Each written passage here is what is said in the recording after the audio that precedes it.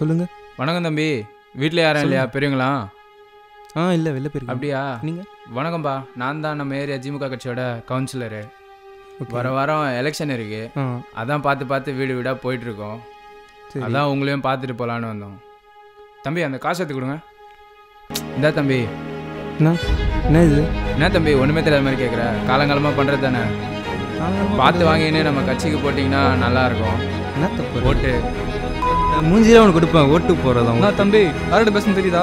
பார்த்து பேசு. யார்கிட்ட பேசணும் தெரியுமாங்கள? கவுன்சிலர்ன்ற காசு கொடுக்கும்போது தெரிஞ்சுக்கணும். அது முன்னாடி தெரிஞ்சுக்க தேவையில்லையா? அது எப்படி அத்தனை உரிமையை காசு கொடுத்து வாங்க முடியும்னு நினைக்கிறீங்க? ஓட்டு எவனுக்கு போடணும் போடக்கூடாதுன்ற உரிமையை முடிவெடுக்க வேண்டியது நான். என் ஓட்டை வாங்க முடியும்னு எப்படி நினச்சிருப்பேன்? உங்களை மாரி ஆளுனால தான் நம்ம நாடு இன்னும் இப்படியே இருக்குது. வேறு என்ன உட்காந்துருப்பானுங்க பள்ளி வச்சு வைக்கிறாங்க. அவனுக்கிட்டே நீட்டு உன் காசை வாங்கி பண்ணுங்க. இன்னொரு தடவை வீட்டு பக்கம் எவனா ஓட்டு கிட்டேன்னு கேட்டு காசு எடுத்துகிட்டு வந்தா முடிச்சிடு. கிளம்பு போ.